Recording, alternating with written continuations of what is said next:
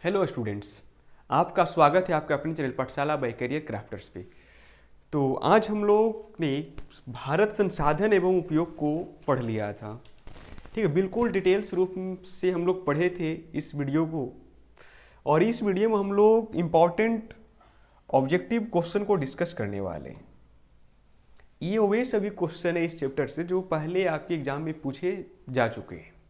ठीक है, वही सब क्वेश्चन हम लोग इस वीडियो में देखेंगे। अगर आपने इस वीडियो का आपने अभी तक क्लास नहीं किया है, आपको प्लेलिस्ट में जाइए, क्लास 10th ज्योग्राफी का प्लेलिस्ट बना हुआ है, वहाँ पर जाकर आप पूरे क्लास को आप देखिए ज़रूर। ठीक है, हर एक टॉपिक को बारीकी से एकदम बिल्कुल कवर किया गया है। ठीक है, तो आज हम लोग इस वीडियो में क्या देखने वाले हैं, तो इम्पॉर्टेंट ऑब्जेक्टिव क्वेश्चन। ठीक है, चलिए तो शुरू करते हैं। आज का सबसे फर्स्ट नंबर हमारा क्वेश्चन है कि किसने कहा संसाधन होते नहीं बनते हैं। ठीक है, कह रहा किसने कहा संसाधन होते नहीं बनते हैं। तो किसने कहा? ऑप्शन ए है जिमरमैन, बी है अरस्तु, सी है महात्मा गांधी और डी है इनमें से कोई नहीं। तो आप लोग कमेंट बॉक्स में इसका आंसर जरूर दीजिए। ठीक है, क्योंकि हम लोग इस सभी प्रश्न को पहले पढ़ चुके हैं, है ना। तो आप लोग तो इसका आंसर धड़ल्ले से आप लोग दें कमेंट बॉक्स में। तो इसका सही आंसर क्या होगा? जिम्मर मैन हो जाएगा ना, ऑप्शन नंबर ए हो जाएगा। किसने कहा संसाधन होते नहीं बनते हैं? तो किसने कहा? जिम्मर मैन ने कहा था। ठीक है, चलिए नेक्स्ट। कोयला किस प्रकार का संसाधन है? ठीक है, जो कोयला है वो किस प्रकार का संसाधन है ना। ये कोयला किस प्रकार का संसाधन है? ए है नवीकरणीय, ए है अनवीकरणीय, बी है नवीकरणीय, सी है जैव संसाधन, डी है सभी। तो इसका आप लोग आंसर दीजिए क्या हो जाएगा। जो कोयला है ना, किसका बात कर रहे थे? कोयला का, जिसको हम लोग बोलते हैं जीवाश्म ईंधन। ये जो जीवाश्म ईंधन है वो कैसा है? अनवीकरणीय या फिर नवीकरणीय या फिर जैव या फिर सभी।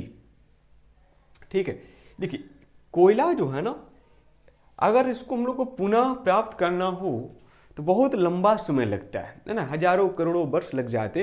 अगर इस कोयले को हमने एक बार जला दिया तो जलाने के बाद पुनः प्राप्त करने के लिए कोयला को लाखों करोड़ों अरबों वर्ष लग जाते हैं। इसका मतलब ये कौन संसाधन होगा? तो अनवीकरणीय संसाधन हो जाएगा, है ना। क्या हो जाएगा? अनवीकरणीय संसाधन हो जाएगा ये। ठीक है, चलिए नेक्स्ट है सौर ऊर्जा निम्न में से कौन सा संसाधन है? कह रहा है जो सौर ऊर्जा है, ठीक है, जो सौर ऊर्जा है वो निम्न में से कौन सा संसाधन है? ए है अचक्रीय, बी है मानवकृत, सी है पुनः पूर्ति योग, डी है इनमें से कोई नहीं। आप लोग कमेंट में इसका आंसर जरूर दीजिएगा। ठीक है, आप लोग कमेंट में हर एक ऑब्जेक्टिव का आप लोग आंसर दीजिए। क्वेश्चन नंबर 3 पे है, तो 3 का ए बी सी कुछ भी हो उस कॉलम आप दीजिए, कमेंट करके बताइए आंसर। ठीक है, तो सौर ऊर्जा निम्न में से कौन सा संसाधन है?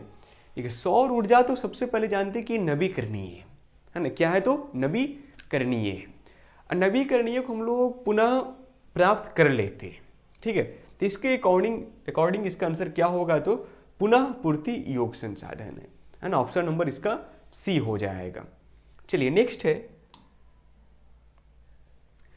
तट रेखा से, कहां से? तट रेखा से कितने किलोमीटर क्षेत्र सीमा अपवर्जक आर्थिक क्षेत्र कहलाता है? करा जो तट रेखा से, जो ये मान लीजिए समुद्र है, इसकी ये तट रेखा है, इससे कितना दूर तक, ठीक है, कितना दूर तक का जो क्षेत्र है वो आर्थिक अपवर्जक क्षेत्र कहलाता है ना। कितनी क्षेत्र तक, तो कितना क्षेत्र हो जाएगा जो कमेंट करके आप लोग बताइए जल्दी से। ए है 100 नाटिकल मीटर, बी है 200 नाटिकल मीटर, सी है 250 नाटिकल मीटर, डी है 150 नाटिकल मीटर। तो इसमें से देखिए क्या था, जो हमारा जो अपवर्जक आर्थिक क्षेत्र होता है वो तट रेखा से 200 nautical mile, sorry nautical mile होता है ना। कंप्लीट। इसका ऑप्शन हमारा क्या हो जाएगा, तो ऑप्शन नंबर बी हो जाएगा, है ना, 200 नॉटिकल मील हो जाएगा। नेक्स्ट क्वेश्चन है, ये देखिए आप लोग चाहते हैं टेलीग्राम ज्वाइन करना, तो आप लोग टेलीग्राम चैनल को सब्सक्राइब कर लीजिए, जिसका लिंक आपको डिस्क्रिप्शन बॉक्स में मिल जाएगा। ठीक है, इसका लिंक कहाँ मिलेगा, तो आपको डिस्क्रिप्शन बॉक्स में। इसमें आपको प्रतिदिन क्यूज भी कराया जाता है, ठीक है, उसमें शामिल हो। अगर आप अच्छी मैट्रिक में स्कोर करना चाहते हैं तो आप लोग टेलीग्राम ग्रुप को ज्वाइन कर लीजिए, जिसका लिंक आपको डिस्क्रिप्शन बॉक्स में मिल जाएगा। ठीक है, वहाँ से आप अपनी तैयारी को 4 चांद दे सकते हैं। चलिए नेक्स्ट है, समुद्री क्षेत्र में, कहाँ, समुद्री क्षेत्र में राजनैतिक सीमा के कितने किलोमीटर क्षेत्र तक राष्ट्रीय संपदा निहित है। कह रहा जो समुद्रीय क्षेत्र में राजनैतिक सीमा के कितने किलोमीटर क्षेत्र तक राष्ट्रीय संपदा निहित है ना, राष्ट्रीय संपदा निहित है। ए है 10.2 किलोमीटर, बी है 15.5 किलोमीटर, सी है 12.2 किलोमीटर, डी है 19.2 किलोमीटर, है ना। तो ये चारों में से आप लोग कमेंट करके आंसर बताइए कि हमारा जो समुद्री क्षेत्र में राजनीतिक सीमा के कितने किलोमीटर क्षेत्र तक जो हमारा राष्ट्रीय संपदा निहित है, कि राष्ट्रीय संसाधन के अंतर्गत वो आता है, तो कितने किलोमीटर तक, तो 19.2 किलोमीटर। ऑप्शन नंबर इसका डी हो जाएगा। ठीक, 19.2 किलोमीटर। ये सभी जो क्वेश्चन है ना आपके बोर्ड एग्जाम में पूछे गए हैं पहले। ठीक है, तो इसके लिए बहुत ज़्यादा ये इंपॉर्टेंट होने वाला है। ठीक है, तो हमें आशा है कि यहाँ तक आप लोग टिके होंगे। तो आप लोग वीडियो को शेयर अपने दोस्तों में ज़रूर करिए और वीडियो को आप लोग लाइक ज़रूर करिए। ठीक है, हम लोग प्रत्येक चैप्टर को बहुत ही बारीकी से पढ़ने वाले हैं। ठीक है, बहुत ही बारीकी से हर एक टॉपिक को हम लोग कवर करेंगे। जैसे ही आपका ये संसाधन खत्म हुआ उसके जस्ट बाद हम लोग क्या पढ़ रहे हैं, तो इसका एमसीक्यू पढ़ रहे हैं ना। इससे आपको प्रत्येक क्वेश्चन आपसे बन जाता है।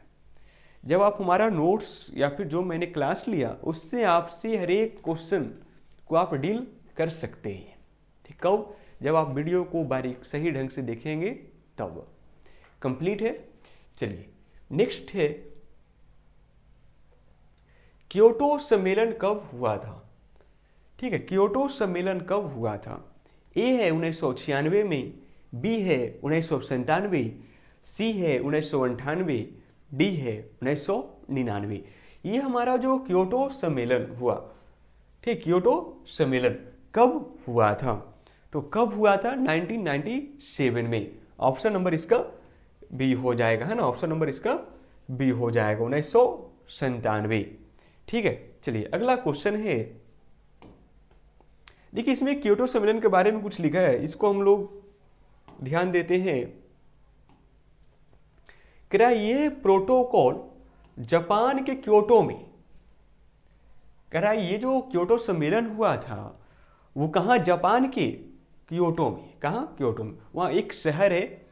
कब, 1997 में, कब 1997 में अपनाया गया तथा वर्ष 2005 में प्रभाव में आया।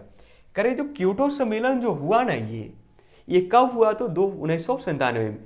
और ये इसको लागू कब किया गया या तो फिर कब लोगों की वास्तविक जीवन में आया, तो 2005 ईस्वी से, है ना, ये प्रभावी रूप से कार्य करने लगा। कौन, क्योटो सम्मेलन हुआ था उस समय। इसमें आगे देखते हैं क्या है जो करा, यह ग्रीन हाउस, क्या ये ग्रीन हाउस जो गैस है, ठीक है, ग्रीन हाउस गैस उत्सर्जन को कम करने के लिए एक अंतर्राष्ट्रीय संधि है। कह रहा है जो क्योटो प्रोटोकॉल है ना, वो कह रहा है ग्रीन हाउस जो गैस उत्सर्जन होता है उसको क्या करने के लिए, उसको कम करने के लिए एक अंतर्राष्ट्रीय संधि है। संधि मतलब समझौता है ना। कह रहा है क्योटो प्रोटोकॉल 6 ग्रीन हाउस गैसों पर लागू होता है। ये जो क्योटो प्रोटोकॉल है ना वो कितने ग्रीन हाउस गैसों पर, तो 6 ग्रीन हाउस गैसों पर लागू होता है। कितना, तो 6। कहता है जिसमें कार्बन डाइऑक्साइड है 1 नंबर में, 2 में मीथेन है, 3 में नाइट्रस ऑक्साइड है, 4 में हाइड्रोक्लोरोफ्लोरोकार्बन है, सॉरी 5 ये है परफ्लोरोकार्बन है, 6 1 मिनट ये 3 हो जाएगा हमारा, है ना, नंबरिंग मैंने गलत कर दिया, 3 ये 4 और ये हमारा 5 और ये सल्फर हेक्साफ्लोराइड है। ये जो ग्रीन हाउस गैस पे उत्सर्जन की बात हो रहा था क्योटो प्रोटोकॉल में, तो कितने गैस है, तो 6 ग्रीन हाउस गैस है, जिसमें पहला कौन है, कार्बन डाइऑक्साइड, दूसरा मीथेन, तीसरा नाइट्रस ऑक्साइड, चौथा हाइड्रोफ्लोरोकार्बन और फिर 5th है पेरफ्लोरोकार्बन और 6 है सल्फर हेक्साफ्लोराइड। अब करा यह 1992 में UNFCCC का विस्तार है, ठीक है।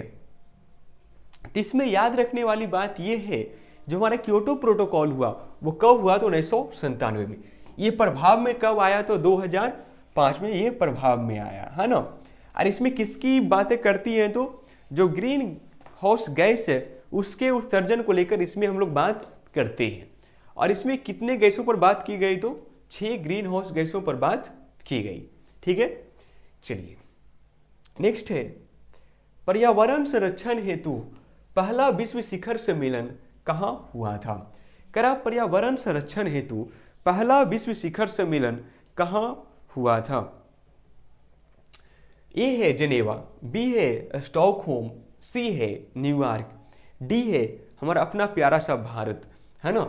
तो पर्यावरण संरक्षण हेतु पहला विश्व शिखर सम्मेलन कहाँ हुआ था, तो कहाँ हुआ, तो स्टॉकहोम में हुआ था, है ना। ऑप्शन नंबर इसका बी हो जाएगा। ऑप्शन क्या होगा इसका, बी नंबर हो जाएगा, है ना, ऑप्शन नंबर बी हो जाएगा, ठीक है। चलिए नेक्स्ट नंबर प्रश्न है, अच्छा इसमें देखिए कुछ पॉइंट लिखा, इसको ध्यान देते। करा पर्यावरण संरक्षण हेतु सर्वप्रथम विश्व शिखर सम्मेलन स्टॉकहोम में कब, तो 1972 ईस्वी में आयोजित हुआ था। कह रहा है विश्व पर्यावरण संरक्षण जो विश्व शिखर सम्मेलन हुआ था वो कहाँ हुआ, तो स्टॉकहोम में हुआ था। कब हुआ, 1972 में, 1972 में हुआ था, ठीक है। चलिए नेक्स्ट है, पवन ऊर्जा किस प्रकार का संसाधन है ना। ये पवन ऊर्जा जो है वो किस प्रकार का संसाधन है। ए है नवीकरणीय, बी है अनवीकरणीय, सी है जैव और डी है व्यक्तिगत। तो इसका आप लोग कमेंट बॉक्स में आंसर दे सकते हैं ना, बहुत ही इजी क्वेश्चन है ये। जो पवन ऊर्जा है वो किस प्रकार का संसाधन है, तो पवन ऊर्जा वही ऊर्जा होते हैं जिसका हम लोग पुनः उपयोग कर लेते हैं, है ना। क्या हवा चलना रुक जाएगा, नहीं ना, ये हवा हमेशा लगातार कंटिन्यूअस वे में फ्लो होते रहता है। तो ये क्या हो जाएगा, तो नवीकरणीय संसाधन हो जाएगा, ऑप्शन नंबर ए हो जाएगा, ठीक है। चलिए नेक्स्ट नंबर प्रश्न है, ये जो डाकुओं की अर्थव्यवस्था का संबंध है, तो डाकुओं की अर्थव्यवस्था होता क्या है, इसके बारे में थोड़ा सा जानते हैं। ये जो डाकुओं का जो अर्थव्यवस्था होता है ना, ये वे होते हैं मानी कि वे संसाधन जिनका हम लोग अनियोजित तरीके से दोहन करते हैं, मानी जिसका कोई लेखा जोखन, जो जैसे मन आया वैसे उसका हम उपयोग कर रहे हैं, या बर्बाद हो रहा है या तो फिर सही डायरेक्शन में इसका यूज कर रहे हैं ना। तो वही कहता है डाकुओं की अर्थव्यवस्था वैसा संसाधन जिसका हम लोग अनियोजित तरीके से उसका उपयोग करते हैं, ठीक है। देखिए ऑप्शन में लिखा है संसाधन के नियोजित दोहन से। जब नियोजित वर्ड आ गया तो इसका मतलब हम लोग प्लानिंग करके उसका उपयोग कर रहे हैं, ये तो ऑप्शन नंबर कभी ये तो होगा नहीं। संसाधन के संग्रहण से, संग्रहण मतलब उसका हम लोग क्या करें, उसको जमा कर रहे हैं, ठीक है। नेक्स्ट है संसाधनों के अनियोजित विदोहन से। देखिए अनियोजित कहने का मतलब इसका कोई मतलब कि नियोजन हमारे पास है नहीं, कोई प्लानिंग है नहीं, जो मन में आ रहा है उस संसाधन को हम लोग जैसे मन जैसे उसका यूज कर रहे हैं। तो इसका सही क्या आंसर हो जाएगा, ऑप्शन नंबर बी, संसाधनों के अनियोजित विदोहन से, ठीक, ऑप्शन नंबर इसका बी हो जाएगा, ठीक है, ऑप्शन नंबर बी हो जाएगा। चलिए नेक्स्ट नंबर प्रश्न है, पर्यावरण दिवस मनाया जाता है, क्या पर्यावरण दिवस मनाया जाता है ना। देखिए कितना प्यारा सा हमारा विश्व दिख रहा है ना ग्लोब पे, ठीक है। तो वही लिखा है विश्व पर्यावरण दिवस मनाया जाता है। ए है 5 जुलाई, बी है 5 जून, सी है 6 जुलाई, डी है 10 जून। तो इसका आप लोग जल्दी से कमेंट करके आंसर बताइए कि विश्व पर्यावरण दिवस हम लोग कब मनाते हैं। तो विश्व पर्यावरण दिवस हम लोग कब मनाते हैं, तो 5 जून को मनाते हैं ना। कब? 5 जून को। ऑप्शन नंबर इसका बी हो जाएगा ना, 5 जून हो जाएगा। चलिए नेक्स्ट नंबर प्रश्न है, चलिए नेक्स्ट आपकी बातें हैं उसको जरा सुन लेते हैं, क्या है जो जान लेते हैं। ये जो है हमारा लक्ष्य 450 का एक पैकेज है जिसमें क्लास 10th का सारा कुछ आपको मिल जाएगा मात्र 499। आपका फ्री क्लास तो यूट्यूब पे मिल ही रहा है ना, यूट्यूब और फेसबुक पे आपको इसका फ्री क्लास मिल रहा है, रेगुलर वे में मिल रहा है ना, या फिर रेगुलर नहीं तो यूट्यूब पे आपको हर एक प्लेलिस्ट मिल जाएगा जिसपे हम लोग फ्री ऑफ कॉस्ट पढ़ने वाले हैं। यूट्यूब पे क्लास 10th का पूरा सिलेबस है ना बिहार बोर्ड के लिए, और जिसमें आपको अगर नोट्स चाहिए, ऑब्जेक्टिव टेस्ट पेपर चाहिए, या फिर सब्जेक्टिव क्वेश्चन आंसर चाहिए, या फिर फुल टेस्ट पेपर चाहिए, ये सब कहाँ मिलेगा, तो आपको store.mycareercrafters.com पे मिलेगा, है ना। अगर आप यहाँ से किसी प्रकार का कोई समस्या फेस करते हैं तो आप हमें कांटेक्ट कर सकते हैं 9661455321 पे आप कॉल कर सकते हैं, या फिर किसी भी कोई भी समस्या के लिए आप इस नंबर पे संपर्क कर सकते हैं, ठीक है। तो इसमें यही कह रहे हैं कि इसमें आपको नोट्स सारे सब्जेक्ट के मिल जाएंगे, ऑब्जेक्टिव क्वेश्चन आंसर मिल जाएगा, वो भी चैप्टर वाइज, है ना, बिल्कुल टेस्ट के फॉर्म में, फिर है फुल टेस्ट पेपर, ठीक है। सारा कुछ आपको मात्र कितना में मिल रहा है, तो 499 में। आप क्रोम पे जाइए, वहाँ पर सर्च कर लीजिए कैरियर क्राफ्टर ई स्टोर, ठीक है। वहाँ से जाकर आप इस चीज़ को आप लोग डाउनलोड PDF परचेज कर सकते हैं, मात्र कितना में, 499 में।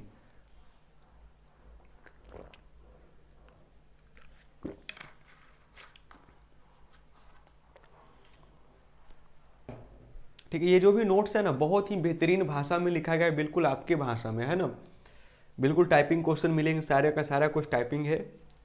चलिए नेक्स्ट है क्वेश्चन हमारा, नवीकरणीय योग संसाधन। क्या नवीकरणीय योग संसाधन से क्या तात्पर्य? तात्पर्य मतलब क्या अर्थ होता है ना। जो नवीकरणीय योग संसाधन है उसका क्या अर्थ होता है?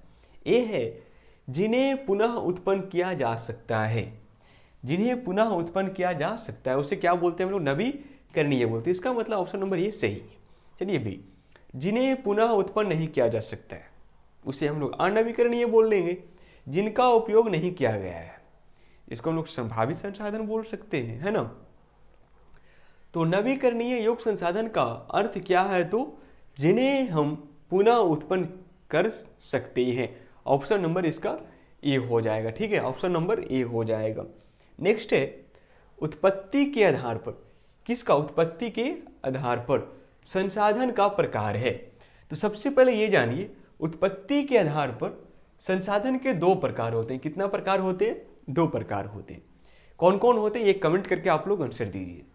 चलिए ऑप्शन पढ़ते हैं। ए है व्यक्तिगत संसाधन, बी है राष्ट्रीय संसाधन, सी है जैव संसाधन और डी है संभावित संसाधन। तो इसका आप लोग कमेंट में आंसर दीजिए। उत्पत्ति के आधार पर संसाधन का प्रकार है। हम लोग तो ये जान लें उत्पत्ति के आधार पर संसाधन कितने? तो 2 होते हैं। कौन कौन 2 होते हैं? एक जैव और दूसरा अजैव होते हैं। तो इसमें हमारा जैव संसाधन हो जाएगा ना, ऑप्शन नंबर इसका सी हो जाएगा, ठीक है। नेक्स्ट, स्वामित्व के आधार पर संसाधन कितने प्रकार के होते हैं? जल्दी से इसको आप लोग बताइए। स्वामित्व के आधार पर संसाधन कितने प्रकार के होते हैं? ए है 2, बी है 3, सी है 4, डी है 5। तो जल्दी से आप लोग कमेंट करके बताइए कि स्वामित्व के आधार पर संसाधन कितने प्रकार के होते हैं। तो स्वामित्व के आधार पर संसाधन कितने प्रकार के होते हैं? 4 प्रकार के होते हैं ना। कितने प्रकार? 4 प्रकार के होते हैं। देखिए कौन कौन होते हैं उसको जान लेते हैं। पहला होता है व्यक्तिगत संसाधन, दूसरा होता है सामुदायिक संसाधन, तीसरा होता है राष्ट्रीय संसाधन और चौथा होता है अंतर्राष्ट्रीय संसाधन। ये 4 प्रकार के स्वामित्व के आधार पर संसाधन होते हैं, है ना। स्वामित्व के आधार पर संसाधन कितने, तो 4 प्रकार का। कौन कौन? व्यक्तिगत, दूसरा सामुदायिक, और तीसरा होता है हमारा राष्ट्रीय संसाधन, और चौथा होता है अंतर्राष्ट्रीय संसाधन।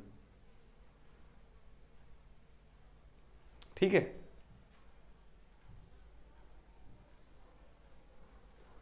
अब दिख रहा हुआ ना, कोई दिक्कत नहीं। चलिए नेक्स्ट है, भारत का कुल भौगोलिक क्षेत्रफल कितना है। कह रहा है जो भारत का कुल भौगोलिक क्षेत्रफल कितना है। इसमें हम लोग टोटल 20 क्वेश्चन देखने वाले हैं ना। कितना क्वेश्चन, तो 20 क्वेश्चन हम लोग देखेंगे इस चैप्टर का। चलिए, तो बात कर रहा है कि भारत का कुल भौगोलिक क्षेत्रफल कितना है। कह रहा है भारत का कुल भौगोलिक क्षेत्रफल कितना है, तो कितना हो जाएगा। हाँ, ए है 25.2 लाख वर्ग किलोमीटर, बी है 32.8 लाख वर्ग किलोमीटर, सी है 38.8 लाख वर्ग किलोमीटर, डी है 23.2 लाख वर्ग किलोमीटर। इसका तो सही आंसर हो जाएगा हमारा 32.8 लाख वर्ग किलोमीटर। ऑप्शन नंबर क्या हो जाएगा, बी हो जाएगा। ठीक, ऑप्शन नंबर क्या, बी हो जाएगा। कंप्लीट है। तो ये हमारा 14 नंबर प्रश्न हो गया। इसके आगे 6 प्रश्न और बचे हैं। ये 6 प्रश्न आपके लिए बहुत ज़्यादा इंपॉर्टेंट होने वाले हैं। ठीक है, आपसे एग्जाम में ये सब क्वेश्चन रिपीटेड क्वेश्चन है आपकी बोर्ड एग्जाम का। चलिए नेक्स्ट, इसमें एक चीज बता दें आपको,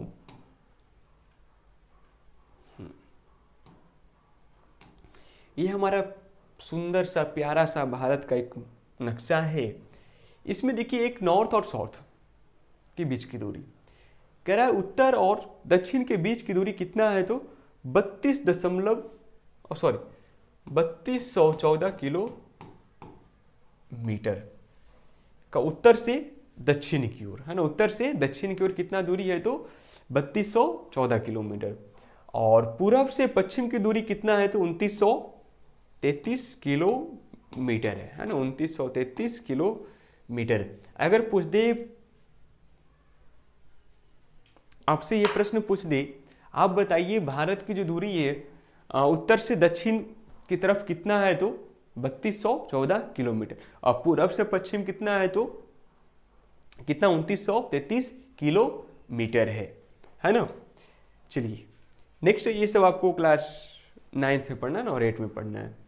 चलिए नेक्स्ट है, प्रथम पृथ्वी सम्मेलन कहाँ हुआ था। कह रहा प्रथम पृथ्वी सम्मेलन कहाँ किया गया था। ठीक है, तो प्रथम पृथ्वी सम्मेलन कहाँ हुआ, तो रियो डी जेनेरो में। कहाँ, रियो डी जेनेरो में हुआ था। ऑप्शन नंबर सी हो जाएगा। ठीक, ऑप्शन नंबर सी हो जाएगा। प्रथम पृथ्वी सम्मेलन कहाँ हुआ, रियो डी जेनेरो में हुआ था। चलिए 16 नंबर प्रश्न है। चलिए नेक्स्ट है, ध्यान दीजिए, किस टॉपिक को ध्यान दीजिएगा आप लोग। करा प्रथम पृथ्वी सम्मेलन कब हुआ, 1992 में।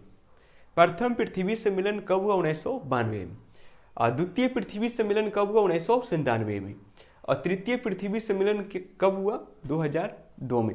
इसमें आप ध्यान दे रहे होंगे, तो इसके बीच का कितने का डिफरेंस है, तो 5 साल का। इसका मतलब हर एक 5 साल पे पृथ्वी सम्मेलन हो रहा था। ठीक है, प्रथम कब हुआ, 1992 में। द्वितीय कब हुआ, 1997 में। और तृतीय कब हुआ, 2002 में। अब यहां से ये देखिए, जो प्रथम पृथ्वी सम्मेलन है वो कहां हुआ, तो रियो डी जेनेरो में, है ना। और द्वितीय कहां हुआ, तो न्यूयॉर्क में। और तृतीय कहां हुआ, जोहान्सबर्ग में। याद रहेगा आपको, प्रथम पृथ्वी सम्मेलन 1992 में, कहां, तो रियो डी जेनेरो में। द्वितीय कहां हुआ, ठीक है, तो न्यूयॉर्क में। तृतीय कहां हुआ, जोहान्सबर्ग में। ठीक है, हमको लगता है आप लोग ये सब नहीं भूलिएगा।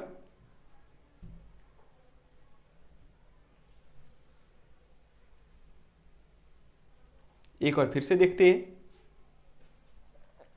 कि प्रथम पृथ्वी सम्मेलन कब हुआ, 1992 में। कहां, रियो डी जेनेरो में। द्वितीय पृथ्वी सम्मेलन 1997 में, कहां हुआ, न्यूयॉर्क में।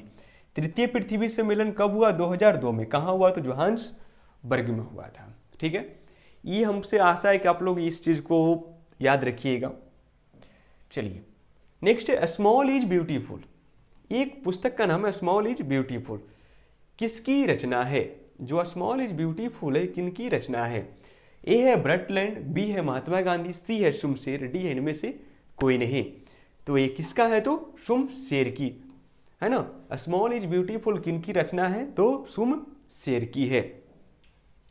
17 नंबर प्रश्न है पेट्रोलियम किस प्रकार का संसाधन है? कराइए, ये जो पेट्रोलियम है वो किस प्रकार का संसाधन है? ठीक है, ये पेट्रोलियम हमारा किस प्रकार का संसाधन है? ए है अनवीकरणीय, बी है नवीकरणीय, सी है अजैव और डी है जैव। तो पेट्रोलियम कहने का मतलब वो जीवाश्म ईंधन है ना। तो जीवाश्म ईंधन जैसे ही बोले ना वो किस चीज़ में आता है? तो अनवीकरणीय में। ठीक है, जिसका हम लोग उपयोग कर ले एक बार तो इसका दोबारा उपयोग करने की में हमको लंबा समय लग जाता है, लाखों करोड़ों वर्ष लग जाती है। उसे क्या बोलते हैं? वो अनवीकरणीय। तो पेट्रोलियम कैसा है? तो अनवीकरणीय। ये आपका एक फोटो है जो पेट्रोलियम का निष्कासन हो रहा है यहाँ से। चलिए, निम्न में कौन सा प्राकृतिक संसाधन है? हम लोग बहुत पहली क्लास में पढ़े थे संसाधन को दो भाग में, एक मानवकृत और दूसरा प्राकृतिक संसाधन। तो इनमें से पूछा निम्न में कौन सा प्राकृतिक संसाधन है? ए है भवन, बी है भूमि, सी है ये दोनों, डी इनमें से कोई नहीं। देखिए, तो प्राकृतिक संसाधन जो स्वतः उत्पन्न हुआ हो तो इसमें क्या हो जाएगा? भूमि। क्या हो जाएगा? भूमि। ऑप्शन नंबर बी हो जाएगा। चलिए 90 नंबर है प्रथम पृथ्वी सम्मेलन 1992 में किस देश में आयोजित किया गया था? प्रथम पृथ्वी सम्मेलन 1992 किस देश में आयोजित किया गया था? आप लोग क्वेश्चन देखकर आंसर दे सकते हैं, है ना। आपके सामने एक मैप भी लगा हुआ है, बस आंसर दीजिए इसका फटाक से आप लोग। ठीक है, कहाँ हुआ था? तो ब्राजील में हुआ था। कहाँ? ब्राजील में। ऑप्शन नंबर ए हो जाएगा। ठीक है, ब्राजील। रियो डी जेनेरो में हुआ था ना, तो कहाँ पड़ता है? वो ब्राजील में पड़ता है ना। चलिए, यहाँ तक किसी को कोई समस्या नहीं, कोई दुख दर्द नहीं है ना। अगर दुख दर्द है तो आप लोग कमेंट में सुना सकते हैं। ठीक है, चलिए नेक्स्ट है, यह आपका सबसे लास्ट क्वेश्चन है इस वीडियो का। संसाधन के संरक्षण हेतु सर्वप्रथम किसने वकालत की थी? कह रहा है संसाधनों के संरक्षण हेतु सर्वप्रथम किसने वकालत की थी? ए है संयुक्त राष्ट्र ने, बी है नेहरू जी ने, सी है क्लब ऑफ रोम ने, डी है सभी। कह रहा है जो संसाधनों की संरक्षण है तो सर्वप्रथम किसने वकालत की थी? तो क्लब ऑफ रोम ने। क्लब ऑफ रोम ने किया था। ठीक है, ये हमारा आज का टोटल 20 प्रश्न थे। ये वे प्रश्न थे आपसे बोर्ड एग्जाम में हमेशा पूछे जाते हैं और पहले पूछे जा चुके हैं, और प्रबल संभावना है कि आपसे ये बोर्ड एग्जाम में इसमें से 1, 2, 3 क्वेश्चन पूछे जाएंगे ही। ठीक है, अगर आप लोग यहाँ तक टिके थे तो आप लोग अपने दोस्तों में ज़रूर शेयर करिए। ठीक है, और वीडियो अच्छा लगा हो तो वीडियो को लाइक करिए और अपने दोस्तों में इसके दोस्तों के साथ शेयर करिए और कमेंट करके अपना प्यारा सा प्यार बरसाइए हम लोग पे। ठीक है, हम लोग यही चाहते हैं आप लोग प्यारा प्यारा सा कमेंट करिए और अपने दोस्तों में शेयर करिए। ठीक है, बाकी हम लोग नेक्स्ट शुरू करेंगे इकोनॉमिक्स। ठीक है, आपका प्रतिदिन क्लास चलेगी। सोशल साइंस की 2 बजे वीडियो अपलोड होती है और ऑब्जेक्टिव रहेगा वो प्रीमियर में रहेगा, जिसका आप लोग क्वेश्चन पढ़कर आप लोग कमेंट कर सकते हैं। और रात को 8 बजे आपका मैथ का क्लास चलता है ना, तो आप लोग जरूर जुड़िए, अपने दोस्तों में ज़्यादा से ज़्यादा इस वीडियो को शेयर करिए। तो आज के लिए इतना ही।